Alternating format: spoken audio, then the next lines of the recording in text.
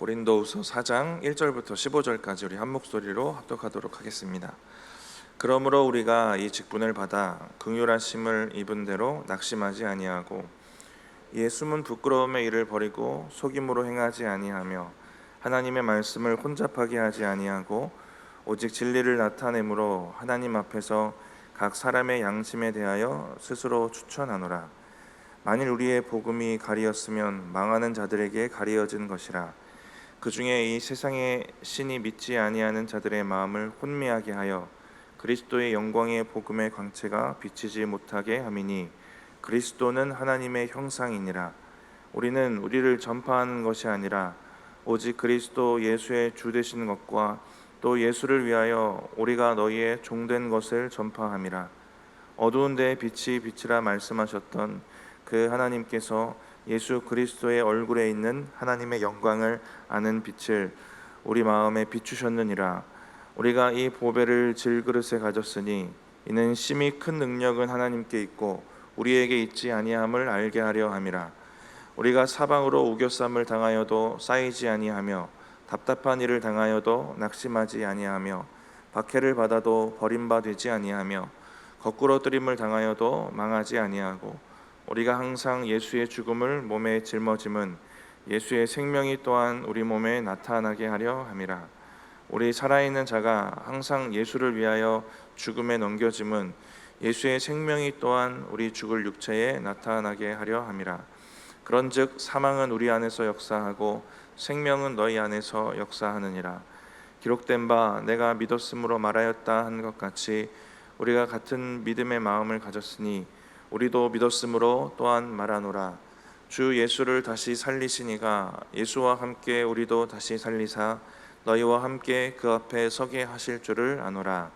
이는 모든 것이 너희를 위함이니 많은 사람의 감사로 말미암아 은혜가 더하여 넘쳐서 하나님께 영광을 돌리게 하려 함이라. 아멘. 바울이 사도로서의 자기 자신에 대한 이야기를 계속 이어가고 있는데요. 3장까지 자기 정체성에 대한 얘기를 조금 강조했다면 4장에서는 내가 사도로 이렇게 살았다, 내가 사도로서의 이런 자세와 태도가 있었다라는 것들도 밝히고 있습니다. 오늘 이 말씀을 우리 자신에게 이렇게 적용해 보면 좋을 것 같습니다. 복음을 소유한 사람, 복음을 가진 사람이 어떻게 살아가는가, 오늘 본문을 보면서 한번 생각해 보면 좋을 것 같습니다. 우리 1절 말씀 우리 같이 한번 읽어보겠습니다. 그러므로 우리가 이 직분을 받아 긍휼하심을 입은 대로 낙심하지 아니하고. 바울이 받았던 직분은 3장에도 한번 이야기했었는데 새 언약의 직분입니다. 새 언약의 일꾼이라고 했는데요. 이 새 언약으로 오신 그리스도의 복음을 전하는 일꾼입니다. 고린도후서 3장에 새 언약을 영원히 지속될 영광의 복음이라고 얘기를 하거든요. 그리고 이어지는 3장 12절에 이렇게 이야기를 합니다. 우리 3장 12절 같이 한번 읽어보겠습니다. 우리가 이 같은 소망이 있으므로 담대히 말하노니. 바울은 자기가 가지고 있는 새 언약이 영원히 지속될 영광의 복음이기 때문에 이것이 소망이고 이런 소망이 있기 때문에 복음을 담대히 말한다고 이야기를 합니다. 오늘 본문 1절 같이 읽었는데 그 직분 감당할 때 낙심하지 않는다고 얘기를 하고 있어요. 낙심도 안 해야 될 상황들이 찾아오는 것이고 3장 12절 읽었던 것처럼 담대하게 말해야만 하는 그 담대함이 필요한 순간도 복음을 전하며 살아가는 그 직분 가운데 찾아오게 됩니다. 근데 바울은 그렇게 살 수 있었다라는 얘기를 하고 있어요. 3장 12절을 읽었을 때는 담대하게 내가 그렇게 말했다. 오늘 1절 말씀에는 내가 낙심하지 않는다라는 얘기를 합니다. 어떻게 이렇게 살 수 있었을까? 바울이 제시하는 근거는 3장 12절 말씀 읽었던 부분을 보면 거기에서 말하는 근거는 소망입니다. 영원한 복음의 소망.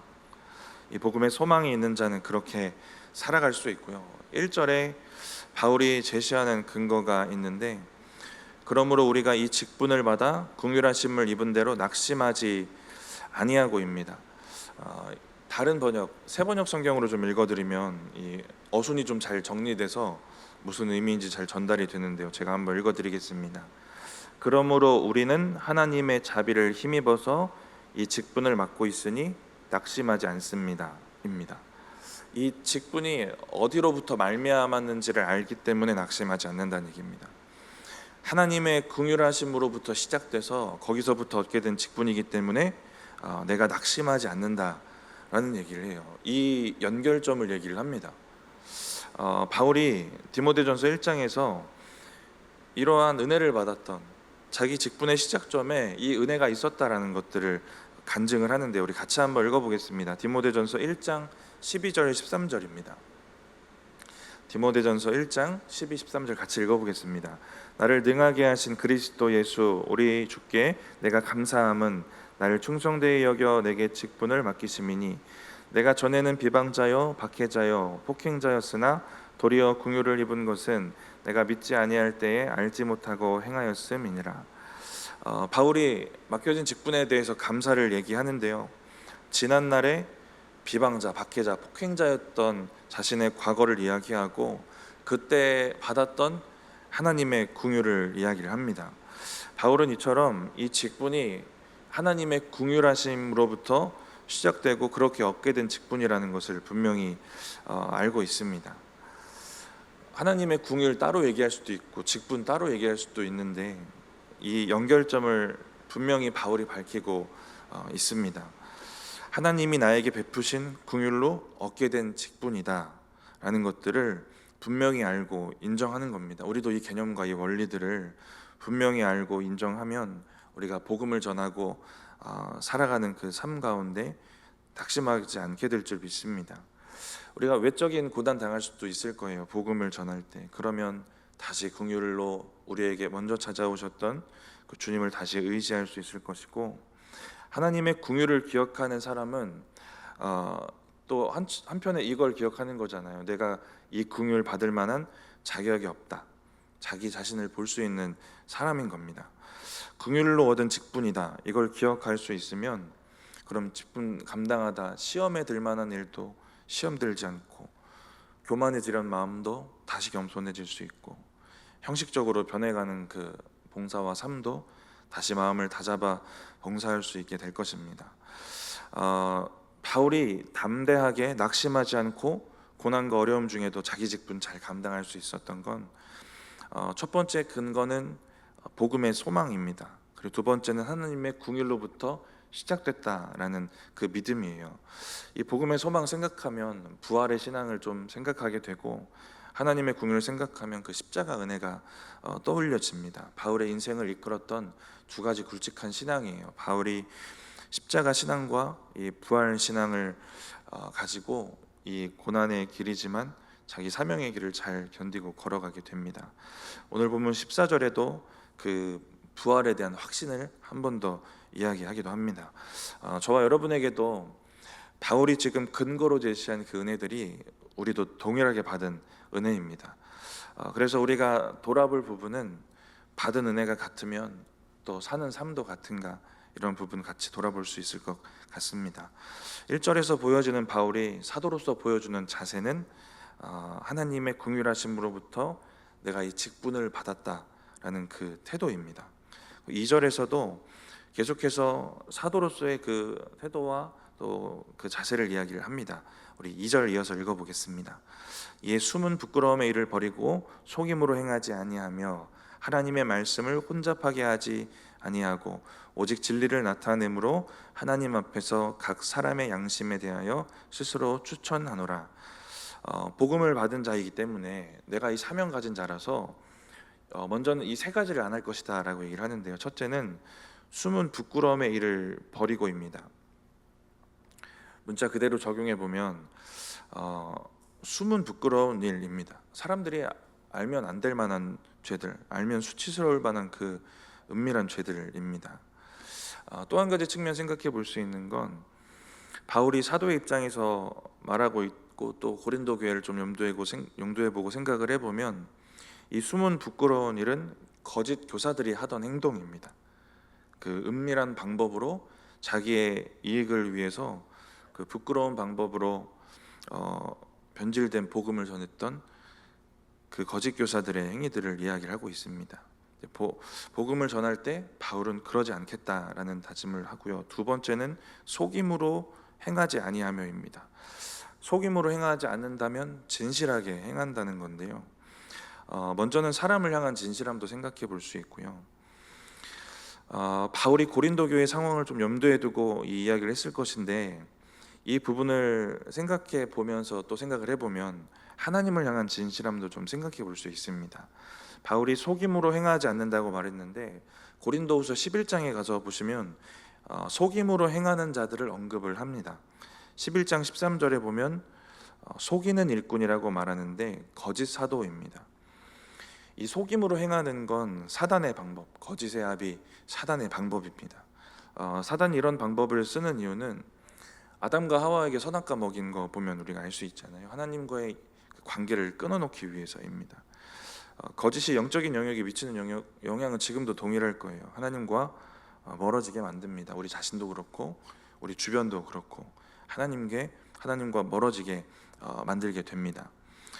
고린도후서 11장에 거짓 사도에 대한 이야기를 할 때 바울도 이 아담과 하와 이야기를 하는데요. 11장 3절인데 먼저 한번 같이 읽어보겠습니다. 고린도후서 11장 3절 말씀입니다. 뱀이 그 간계로 하와를 미혹한 것 같이 너희 마음이 그리스도를 향하는 진실함과 깨끗함에서 떠나 부패할까 두려워하노라. 사단이 간계로 미혹해서 아담과 하와가 넘어진 것처럼 너희 마음이 그리스도를 향하는 진실함과 깨끗함을 떠나고 부패하여질까 두렵다라는 얘기를 합니다. 그리스도를 향하는 진실함에서 떠난다라는 얘기를 하는데, 하나님 앞에서 속임으로 행하는 겁니다. 진실함 없이 하나님을 향한 진실함이 고장이 나는 거예요. 우리도 신앙의 시작점에는 신앙의 순수함도 있고 진실함도 있고 하겠지만 그렇지 않아질 때가 생깁니다. 부패하고 더럽고 죄성이 올라오고 할 때가 생기는데, 그것을 해결하지 않고 거짓된 마음으로 진실하지 않게 하나님을 향한 그 믿음과 삶이 그렇게 변질될 수도 있다라는 것입니다.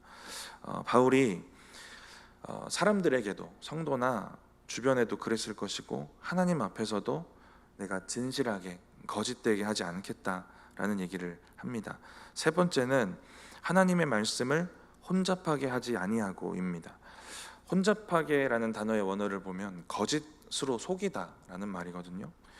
말씀을 거짓으로 속이는 겁니다. 어떻게 거짓으로 속이냐면, 이 혼잡하게라는 단어의 의미를 보면 불순물을 섞다라는 의미도 있거든요. 불순물 섞는 겁니다. 하나님의 말씀에 불순물을 섞어서 거짓으로 속이는 거예요. 한마디로 말씀을 드리면 왜곡하는 거죠. 순수한 복음에 불필요한 것 섞어서 이 본질적인 것들 왜곡시키는 겁니다. 바울은 그렇게 하지 않겠다라는 얘기를 하고 있어요. 왜 말씀에 이 다른 것들을, 이 불순물 같은 것들을 섞게 될까? 고린도후서 2장 17절에 보면 이 말씀을 이렇게 혼잡하게 했던 거짓 사도들에 대한 얘기가 나오거든요. 우리 같이 한번 읽어보겠습니다. 고린도후서 2장 17절입니다. 우리는 수많은 사람들처럼 하나님의 말씀을 혼잡하게 하지 아니하고 곧 순전함으로 하나님께 받은 것 같이 하나님 앞에서와 그리스도 안에서 말하노라. 말씀을 혼잡하게 하는 그 수많은 사람들처럼 그렇게 안 한다고 하는데요. 말씀을 혼잡하게 하는 그 수많은 사람, 다른 번역을 보니까 이렇게 번역이 됩니다. 말씀을 팔아서 먹고 살아가는 장사꾼, 거짓 사도들이 그랬다라는 건데요. 이들이 말씀을 왜곡하고 변질시켰던 이유는, 순수한 말씀에 뭔가 불순물을 섞을 수밖에 없었던 이유는 말씀을 팔아서 먹고 살기 위해서였다라는 얘기를 합니다. 우리가 말씀을 팔아서 먹고 살진 않겠죠. 말씀 밖에 나가서 팔아봤자 팔리지도 않으시겠죠. 네, 이걸로 돈을 얻을 수 있는 건 아니겠죠. 이단이나 가능할지 모르겠습니다. 근데 우리도 돌아볼 수 있는 건, 말씀 자꾸 왜곡하고 싶고 합리화하고 싶고 말씀을 내 변명을 커버하는 도구로 삼고 싶고 이런 마음들이 생길 때가 있지 않습니까? 우리 욕심과 필요에 따라서 말씀에 자꾸 다른 거 섞고 싶은 마음들 생깁니다. 말씀을 내 이익과 필요에 따라서 해석하지 않을까 우리가. 그렇게 적용하지 않을까, 이 부분 우리가 돌아볼 수 있을 것 같습니다. 바울은 이렇게 진실함으로 나는 그렇지 않았다, 왜곡하지 않는 말씀, 왜곡하지 않고 말씀에 다른 것 섞지 않고 이익의 도구로 합리화하지 않았다라는 얘기를 합니다. 그래서 2절에 이어지는 뒷부분의 내용을 보면 오직 진리를 나타내므로 했다라는 얘기를 합니다. 그리고 그 뒤에 이어지는 내용이 중요한 것 같은데요, 하나님 앞에서 각 사람의 양심에 대하여 스스로 추천하노라. 스스로 추천했다라는 건 자신을 떳떳하게 내세웠다라는 얘기입니다. 누구 앞에서 그랬냐면 하나님 앞에서도 그렇고 각 사람들의 양심 앞에서도 자신을 떳떳하게 내세웠다라는 얘기를 합니다. 내가 이 세 가지 하지 않겠다라고 앞에 얘기했잖아요. 그런 것들을 잘 지켜가면서 오직 진리만 드러내는 삶을 살아가고, 그러한 삶이 스스로 하나님과 사람 앞에서 떳떳함이 되었다라는 겁니다. 이게 교만의 모양까지 가면 안 되겠지만 저와 여러분에게도 복음을 소유하고 또 이걸 받은 사람으로서 또 이걸 전하며 살아갈 때 이런 바울과 같은 당당함과 떳떳함이 있기를 축복합니다. 3절 4절 보시면 거짓 교사들이 했던 그 말을 또 염두에 두고 한 이야기 같은데요, 우리 거짓 교사들은 그 바울의 복음을 이렇게 얘기합니다. 명백하게 드러나지 않는 가려진 복음이다 라고 말했던 것 같아요. 그래서 바울이 3절처럼 얘기합니다.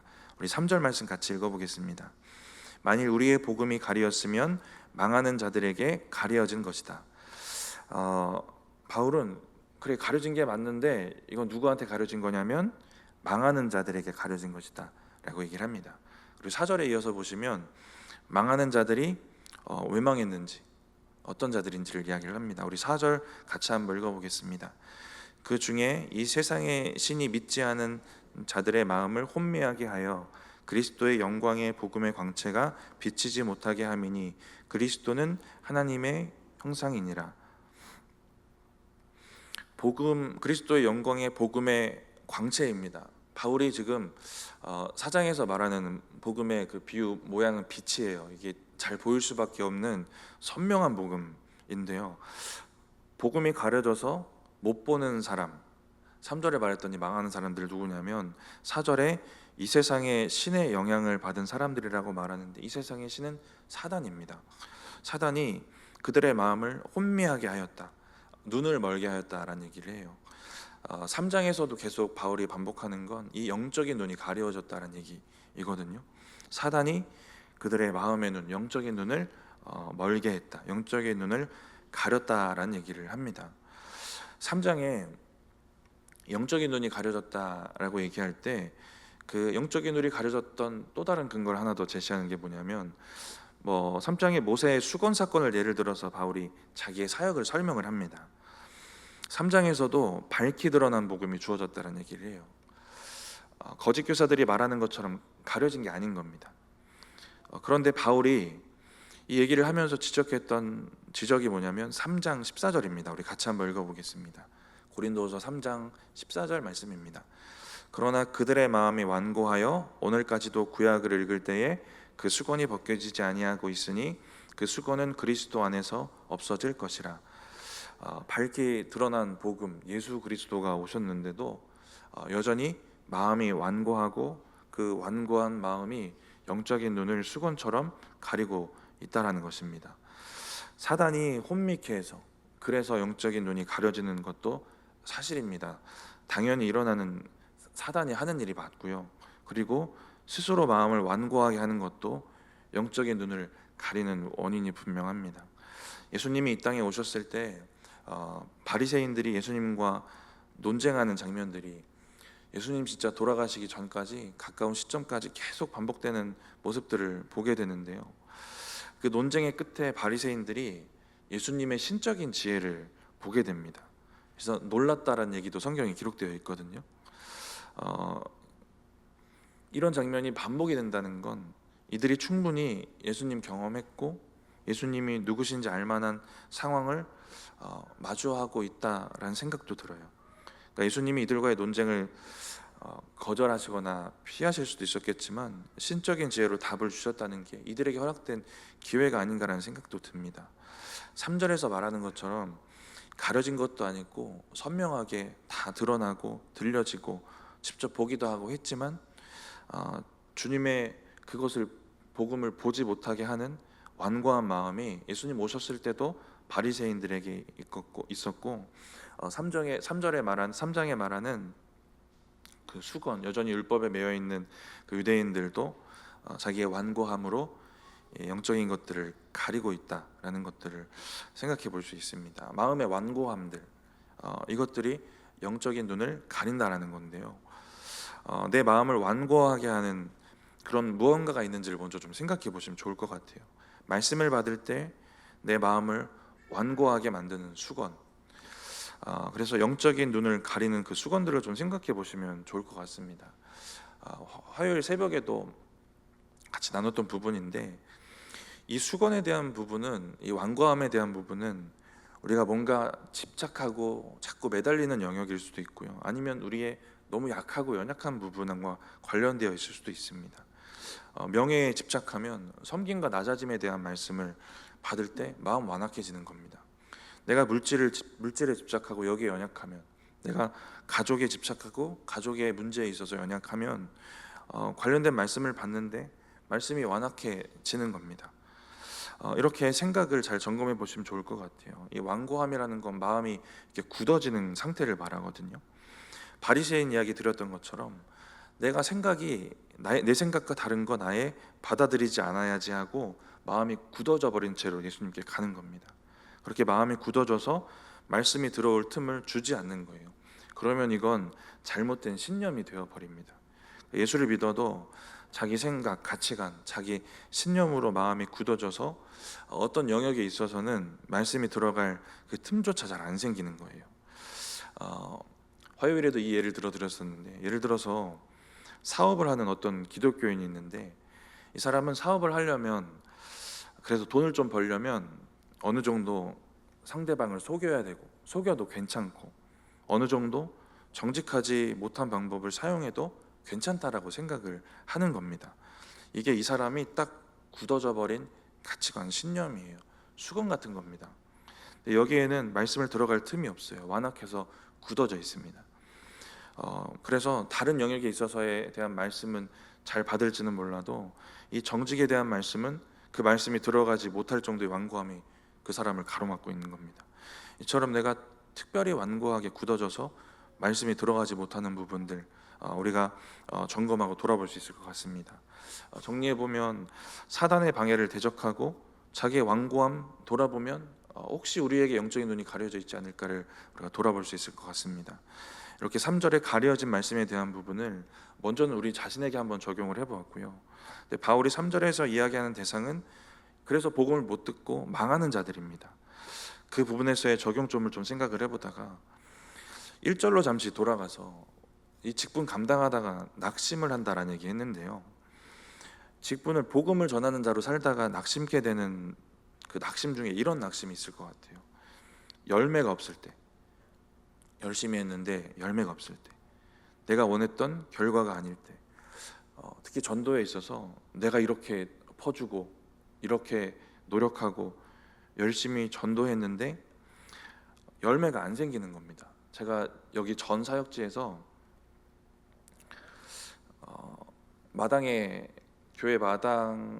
교회가 되게 주택처럼 생겼어요. 예쁘고 아담하게 생겼습니다. 네, 담장이 있었고 담장에 할머니들 모이는 그 평상이 있어요. 그 할머니들이랑 엄청 친하게 지냈거든요. 그 사무실에 앉아 있으면 그 양푼에 밥 비볐다고 나오라고 해서 같이 밥 먹고, 저도 맛있는 거 사다 드리고, 그때도 붕어빵전도, 그때 붕어빵을 제가 구웠답니다. 엄청 잘 구웠었는데 붕어빵도 갖다 드리기도 하고, 또 리모컨 고장 나면 배터리 갈아드리고 막 이런 거 했었고요. 전도 열심히 했었고, 그냥 일단 가까워지려고 열심히 노력했었고 했는데 열매가 엄청 크진 않았어요. 그래서 낙심될 만한 상황들 또 찾아오긴 했지만 잘 이겨내고 계속 전도를 했었고요. 어떤 일도 있었냐면, 결혼할 때 이분들이 전도해서 교회는 안 나오시는데 10,000원씩 걷어서 축의금도 주셨어요. 네, 그래서 한 12만 원인가 3만 원 받았던 것 같습니다. 한 13분, 12분 이렇게 같이 친하게 지냈던 것 같아요. 우리가 열심히 진짜 퍼주고 전도하고 하는데 결과가 없을 수가 있거든요. 눈이 가려져서 진짜 그냥 망하는 자들 돼버릴 수도 있는 건데, 우리가 그때 돌아볼 수 있는 건 오늘 말씀 보면서 4절 말씀처럼 사단이 마음 미혹하게 하고 스스로 마음이 완악하게 굳어져서 또 그럴 수도 있는 거잖아요. 3장 말씀 보았던 것처럼. 근데 열매가 없다고 낙심하기 전에 먼저는 바울처럼 또 예수님이 계속 전도하시고 복음을 보여주셨던 것처럼 복음을 더 열정으로 왜 전하지 못했을까를 돌아볼 수 있을 것 같고요. 그리고 2절에 바울이 내가 이 세 가지는 하나 하지 않았다, 이건 사도로서의 태도면서 바울의 모습에 드러난 복음의 증거이기도 합니다. 내가 정말 복음의 증거를 드러내면서 살았는지 또 돌아볼 수 있을 것 같고요. 또 우리가 이 원인이 오늘 본문을 보면서 이 영혼이 그 세상의 왕 사단의 영향 아래 눈이 가려졌구나, 죄로 인한 완악한 마음 때문이구나 라는 걸 알면 더 기도하면 되는 것 같습니다. 그러면 언젠가 이 수건 벗겨지고 영적인 눈이 밝아져서 새 언약의 복음 듣게 되는 날이 오겠구나라는 소망 다시 품으면 되는 겁니다. 우리가 복음을 전하다 낙심하게 되었을 때, 낙심이 찾아오려고 할 때 우리가 먼저 이런 부분들을 잘 돌아볼 수 있기를 바랍니다. 복음의 증거가 바울처럼 삶에 잘 드러났는지, 열정으로 잘 전했는지, 그들의 영적인 싸움과 완고함을 위해서 그것이 무너지도록 내가 얼마나 기도했는지 돌아보면 될 것 같습니다. 5절 말씀을 보시면 바울이 전했던 그 복음이 무엇인지를 얘기를 하는데요. 우리 5절 말씀 이어서 읽어보겠습니다. 우리는 우리를 전파하는 것이 아니라 오직 그리스도 예수의 주 되시는 것과 또 예수를 위하여 우리가 너희의 종된 것을 전파함이라. 무엇을 전했냐면 두 가지 전했는데, 하나는 그리스도 예수의 주 되시는 것, 그리고 예수를 위하여 우리가 너희의 종된 것입니다.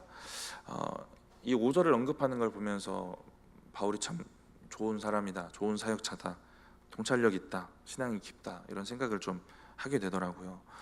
이 두 가지 얘기를 했는데 첫 번째는 그리스도 예수의 주되심입니다.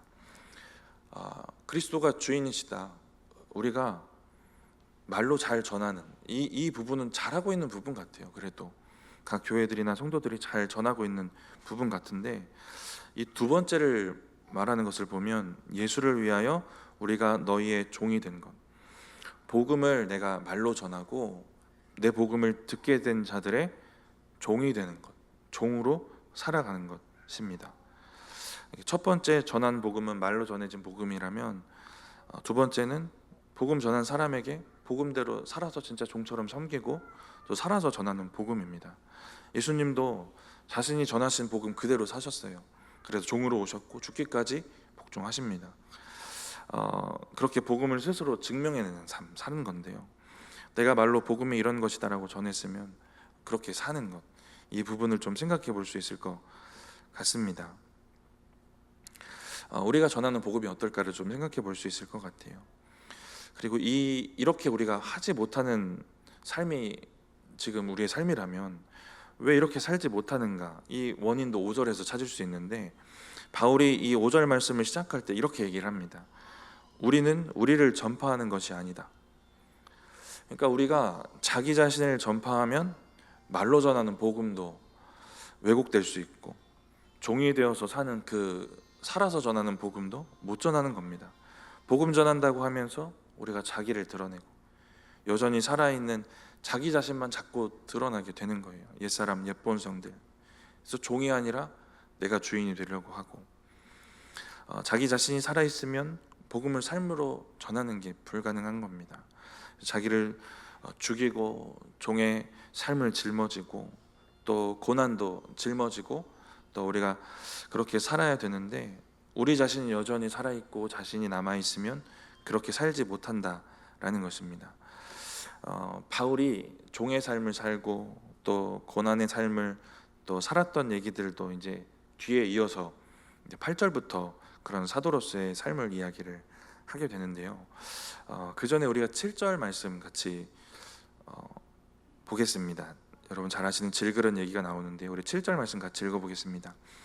우리가 이 보배를 질그릇에 가졌으니 이는 심히 큰 능력은 하나님께 있고 우리에게 있지 아니함을 알게 하려 함이라. 이 보배는 6절부터 언급하고 있는 그 복음의 빛입니다. 그 복음이 질그릇에 담겼어요. 이 질그릇은 우리입니다. 너무 값싸고 저렴하고 그리고 잘 부서지는 그릇이 우리가 이처럼 비천하고 약한 존재다라는 겁니다. 근데 거기에 고귀하고 존귀한 복음이 담겼다라는 것입니다. 우리가 우리에게 담긴 게 무엇인가를 잘 기억하고 살아야 되는 것도 중요하고, 그 복음을 담고 있는 내 존재가 연약하다라는 것도 잘 인정해야 하는 것입니다. 이렇게 질그릇에 보배를 담아주신 이유도 밝히는데, 이는 심히 큰 능력은 하나님께 있고 우리에게 있지 아니함을 알게 하려 함이라. 5절 말씀 나누면서도 나를 전하면 복음 못 전한다라는 말씀 드렸는데요, 이 7절의 고백에도 이 능력이 나에게 있지 않다, 이거 하나님께로부터 온 능력이다라는 고백을 또 하고 있습니다. 내가 복음을 전할 수 있고 믿음으로 살 수 있고 그러다 당하는 고난도 견딜 수 있는 게 내 능력이 아니라 하나님이 주시는 능력이다라는 얘기를 고백하고 있습니다. 나는 질그릇이기 때문에 연약하다, 나의 연약함을 인정하고 자기를 내려놓고 또 오직 하나님의 능력을 의지하며 사는 것입니다. 그러면 종의 삶도 잘 짊어지면서 살 수 있고, 8절부터 이어지는 복음 때문에 당하는 고난도 잘 짊어지며 나아갈 수 있을 것입니다. 8절, 9절 잘 하시는 말씀인데 우리 같이 한번 읽어보겠습니다. 우리가 사방으로 오겨쌈을 당하여도 쌓이지 아니하며 답답한 일을 당하여도 낙심하지 아니하며 박해를 받아도 버림받지 아니하며 거꾸로 뜨림을 당하여도 망하지 아니하고 나를 죽이고 주님의 능력을 의지하면 이 고난들을 짊어지고 살게 돼요. 그런데 8, 9절 보니까 고난은 오는데요, 완전히 무너지지 않는 은혜가 우리에게 있습니다. 완전히 거꾸러지진 않아요. 오히려 예수의 생명이 드러납니다. 우리 10절과 11절 이어서 읽어보겠습니다. 우리가 항상 예수의 죽음을 몸에 짊어짐은 예수의 생명이 또한 우리 몸에 나타나게 하려 함이라. 우리 살아있는 자가 항상 예수를 위하여 죽음에 넘겨짐은 예수의 생명이 또한 우리 죽을 육체에 나타나게 하려 함이라. 예수의 죽음을 몸에 짊어진다, 예수님의 그 십자가 고난에 우리가 동참하는 겁니다. 우리가 복음 전하고 우리에게 주어진 직분 짊어지면서 그것에 동참하는 겁니다. 그러면 우리 질그릇 같은 연약한 우리의 육체와 우리의 인생에 예수님의 생명이 또한 우리 몸에 나타나게 된다라는 얘기를 합니다. 질그릇처럼 연약한 우리의 삶과 인생에 예수 그리스도의 생명이 나타난다. 이 말씀을 보면서 우리가 이러한 삶을 살면 고난이 찾아오고 연단이 찾아오고 어려움이 찾아오고 무너질 것 같은 그러한 낙심할 만한 상황들이 찾아오는데요, 거기에 예수의 생명이 우리 가운데 담겨진다라는 얘기잖아요. 이 말씀을 보면서 우리가 그런 삶을 살더라도 하나님과의 거리는 진짜 가깝겠구나라는 생각이 들었어요. 예수의 생명이 우리가 얼마나 밀접하게 느껴질까. 그렇게 살면 예수의 생명이 우리 안에 드러나고 나타나는 겁니다. 그러면 얼마나 가깝게 하나님이 느껴질까, 얼마나 가깝게 그 예수의 생명이 느껴질까 하는 생각이 들었어요. 이런 은혜가 있기를 바랍니다. 주님의 복음을 위해 살아가시고 그 안에서 고난당하시더라도 예수 그리스도의 생명이 더욱 가깝게 느껴지는 그러한 은혜가 저와 여러분에게 있기를 바랍니다. 우리 12절 이어서 읽어보겠습니다. 그런즉 사망은 우리 안에서 역사하고 생명은 너희 안에서 역사하느니라. 사망은 우리 안에서 역사한다. 이 바울과 그 복음 전하는 사도들입니다. 바울이 계속 고난을 짊어지면서 사는 그 삶을 얘기해요. 그 사망 같은 그 고난들이 자꾸 역사를 하고, 그런데 생명은 너희 안에서 역사하느니라. 근데 그 삶이 헛되지 않고 고린도 교회에 생명의 열매가 되었다는 겁니다. 그게 너희들이다라는 얘기를 하는 거예요. 내가 짊어지는 고난으로 교회가 살고 성도란 열매가 생기고 죽어가는 영혼이 살아나게 되는 겁니다. 우리의 고난이 생명의 열매가 되는 것. 그런데 우리가 복음으로 인한 이 작은 고난들, 또 교회 안에서 작은 섬김이나 이런 부분조차도 우리가 잘 하지 못할 때가 있는 것 같아요. 교회 밖에서도 복음으로 인한 작은 고난도 외면하고 살고 있지는 않을까 또 돌아볼 수 있을 것 같습니다. 이걸 돌아보면서 내가 죽으면, 내가 짊어지면 남이 살고 다른 영혼이 살고 교회가 살고 사는구나, 이런 복음의 원리가 잘 적용되어지는 저와 여러분의 삶이 되시길 바랍니다. 12절에 바울이 나의 고난으로 이런 열매가 생겼다라는 얘기를 하고요. 마지막 절만 같이 읽어보시면 이 열매가 더 많아지기를 소망합니다. 우리 15절 같이 읽어보겠습니다. 이는 모든 것이 너희를 위함이니 많은 사람의 감사로 말미암아 은혜가 더하여 넘쳐서 하나님께 영광을 돌리게 하려 함이라. 이 열매가 더 많아지고 넘치고 넘쳐서 하나님께 영광이 되기를 소망하고 있습니다. 말씀을 마치면서 복음의 그 소망, 영원한 복음의 그 소망과 또 이 직분이 하나님의 긍휼로 시작했다라는 그 하나님의 긍휼에 대한 그 은혜에 대한 믿음을 우리도 잘 기억했으면 좋겠습니다. 그래서 우리에게 주어진 그 복음 가진 자로서 또 복음을 전하는 자로서의 직분을 잘 감당하며 나아가시기를 바랍니다. 또 그렇게 살아갈 때 또 우리에게 찾아오는 그 고난들도 잘 짊어지시고 우리가 이걸 짊어지면 또 생명의 역사가 일어난다는 것들을 우리가 잘 바라보고 또 그것을 소망하며 나아가시는 저와 여러분들 되시기를 축복합니다. 잠깐